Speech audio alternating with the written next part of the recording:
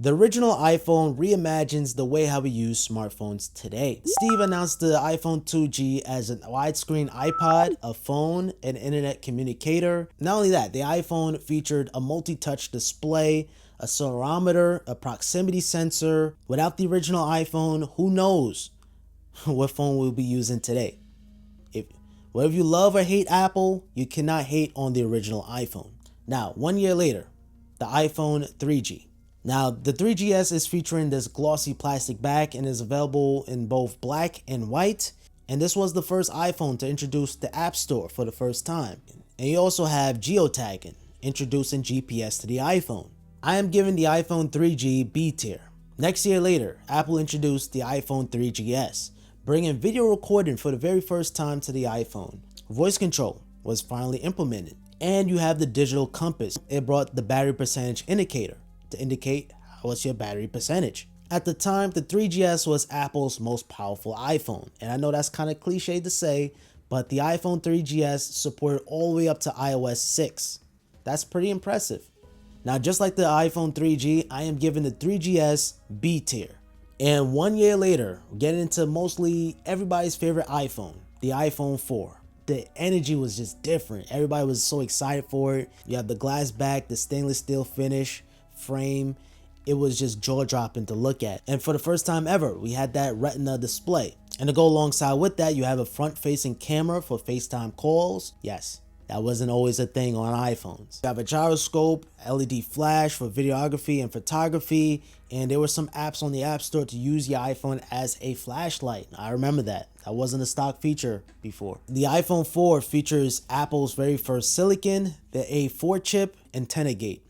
This is when you hold the phone a certain way and you lose signal, call drops. The Apple solution to this was to offer the customers bumper cases to combat the antenna gate. I would rank it S tier if there was no antenna gate, but it was a thing. But a year after that, Apple fixed it with the iPhone 4S. Improving the antenna design altogether, featured Siri for the very first time. This was the first virtual assistant. You have 1080p recording on the rear, boosting the megapixels to 8 megapixels. The iPhone was now available for Sprint, T-Mobile, and Verizon. My first iPhone, my first activated iPhone, the 4 was only used as an iPod. Now, unfortunately, I skipped the iPhone 5 because I just got the iPhone 4S.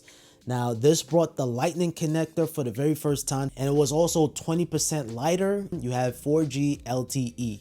And for the front-facing camera, you have a 1.2 megapixel, so now you can record 720p HD video. Nonetheless, the iPhone 5 brought a really beautiful two-tone design, which a lot of people praise to this day. And the screen was larger to a 4-inch display coming from a 3.5-inch display. I am ranking the iPhone 5 S tier. Now, a year later, Apple introduced the iPhone 5C. Essentially, this is exactly the same thing as the iPhone 5, but just reskinned in a plastic material. The soft, matte, microfiber lined silicon is a very intentional contrast to the glossy, hard coat finish of the iPhone. I am giving the iPhone 5C D tier. You're just better off getting the iPhone 5 to begin with, but hear me out. You have the iPhone 5S. Now, this was released alongside with the iPhone 5C. This is featuring Touch ID, dual flash, slow-mo for the very first time on an iPhone, and you have the A7 chip, which was the first smartphone to feature a 64-bit architecture. Having Touch ID, I remember people saying that, oh, Apple is going to work with the FBI and then get our fingerprints, but now it's a standard feature that we should have on all smartphones due to the pandemic. I am ranking the iPhone 5S S tier. Now, leaping forward to 2014, Apple introduced the iPhone 6 and 6 Plus. This was Apple's thinnest iPhone ever. It's even thinner than the modern iPhones, such as the iPhone 12, iPhone 11, iPhone 10. This is the thinnest iPhone to date, but this was also the first iPhone to feature a larger size. So the iPhone 6 featured a 4.7-inch Retina HD display. The 6 Plus featured a 5.5-inch display. But screen size aside, say that 3 times fast. This wasn't really a big overhaul compared to the iPhone 5S. Now, yes, we have a larger screen, but that is basically it. Same exact RAM, the speed was pretty much identical, the camera were pretty similar, although it brought 1080p 60, and the 6 Plus also offered optical image stabilization to keep your video steady, but I had a lot of problems with that optical image stabilization, and to go alongside with that, it suffers some bending issues, so it could easily bend, especially for the Plus model. Unfortunately, I am going to give the iPhone 6 series C tier. Now, fast forward a year later, Apple introduced the iPhone 6s and the 6s Plus, featuring 3D touch for the very first time on an iPhone. Stronger aluminum, so to combat the bending issues on the 6 and the 6 Plus, Apple made the aluminum stronger. Faster Touch ID. This Touch ID was blazing fast. As soon as you touch it, it was just like snap. In a snap, you unlock your phone. And of course, you have the A9 chip, which is still being supported with iOS 15 to this day. This was the first iPhone to record 4K video, raising up the megapixels also to 12 megapixels. I am giving the iPhone 6s and 6s Plus B tier. I wasn't a big fan of the antenna lines or the 6 design in general, but it was nice to see Apple improve the aluminum, faster Touch ID, 4K video. Now in 2016, we had a mid-cycle refresh, the iPhone SE. So everything that you love about the iPhone 5s, Apple just upgraded the chip to the A9 chip. I am giving the iPhone SE first generation A tier. And the reason why it's not S tier alongside with the 5S is because we saw this design already. We been there, we done that already. And then 6 months later, Apple introduced the iPhone 7 and the 7 Plus. This is bringing water resistance for the very first time on an iPhone. You have the Taptic engine, you have a capacitive home button, and Apple removed the headphone jack. Yes, I know. You have stereo speakers for the very first time on an iPhone. And in terms of the 7 Plus, you have that extra camera for 2 times the zoom, and you could take portrait photos. And also you have an extra gigabyte of RAM. The 7 Plus, I'm giving it A tier, but the iPhone 7, the regular one, B tier. And after that, you have the next generation of iPhone, the iPhone 8. This was a design that we were just tired of seeing. We was tired of seeing the iPhone 6 design over and over again. But the iPhone 8 featured a True Tone display. You also have Qi wireless charging for the very first time on an iPhone. You have 25% louder speakers, and you have something called portrait lighting. So you're improving the lighting of your portrait photos. The iPhone 8 Plus, on the other hand, same exact thing as the iPhone 7. You have that extra camera lens to accommodate with the portrait photos, extra gigabyte of RAM. I am giving the iPhone 8 and 8 Plus together B tier. But wait, there's one more. You have the iPhone 10. This was the next generation of iPhone. This is featuring an all-screen design, Face ID, and overall just a brand new iPhone design that we was all waiting for. Because when I first saw the iPhone 8, I was like, man, this is it. Apple got us. But the iPhone 10, this was the iPhone that we all been waiting for. And for the very first time, Apple put in an OLED display. And even to this day, you can rock out with an iPhone 10 and be just fine in terms of performance. And even with the style, it looks very similar to the iPhone 12, modern iPhones. I am giving the iPhone 10 S tier, period. But one thing that was pretty awesome with the 8, the 8 Plus, and the 10, you could record 4K at 60 frames per second. Now, 1 year later, Apple introduced the iPhone XR. This is featuring the Liquid Retina LCD display. Now, at the time, people were saying Apple couldn't curve the screen because the OLED, you can only do it on OLED, you can't do it on LCD, but Apple found a way. And Apple even reduced the cost from the iPhone 10 being $1,000 to the XR being $750. And you even have colors to choose from. This is only featuring one wide camera on the rear, but nonetheless, the iPhone XR was a much needed iPhone that we all needed to bring down the cost of the iPhone 10. I'm giving the XR A tier. But alongside with that, the same year, Apple introduced the XS and the XS Max.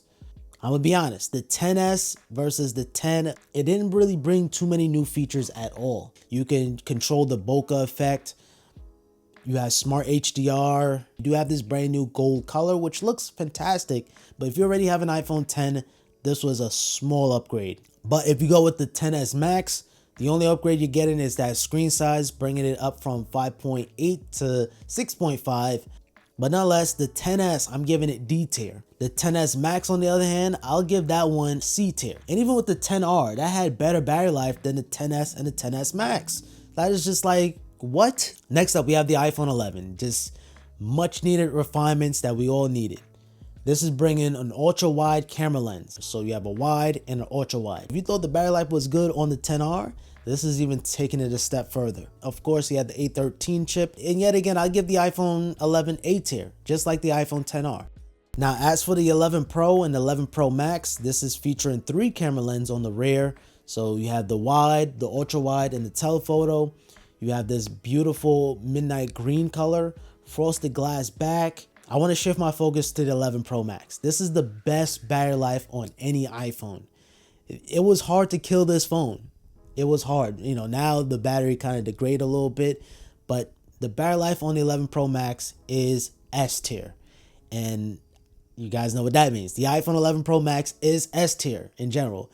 The camera on the 11 Pro, this was when people start to realize that it's hard to see the difference between DSLR quality versus an iPhone 11 Pro. And having night mode on all the iPhone 11s, that was just adding the cherry on top. And deep fusion, I'll give the 11 Pro S tier 2 as well. Yeah, the 11 Pro Max versus the 11 Pro is the same phone, but just smaller screen size. Now, moving forward to April 2020, Apple refreshed the iPhone SE. Now, this is taking the iPhone 8's design and just putting a new chip in there. So the A13 chip. If you're not into like the Face ID, the all screen, you just want a phone without breaking the bank, the SE second generation is a great phone. We just seeing that same iPhone 6 design.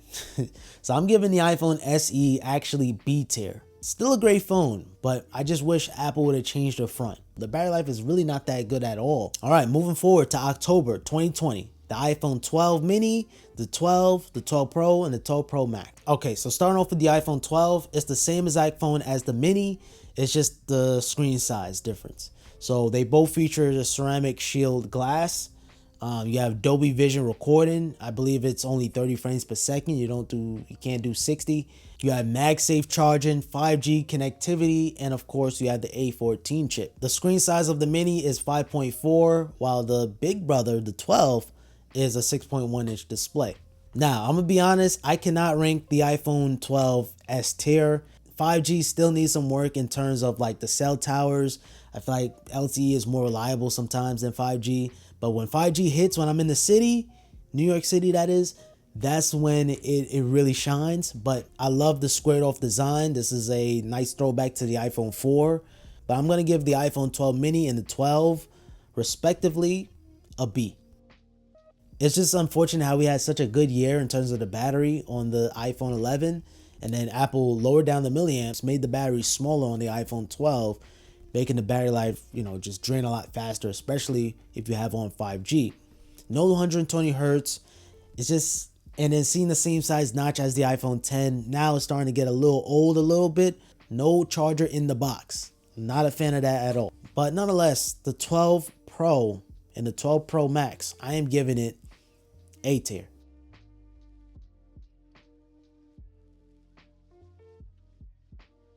So please guys, make sure you guys drop a like on this video, subscribe if you guys new around here.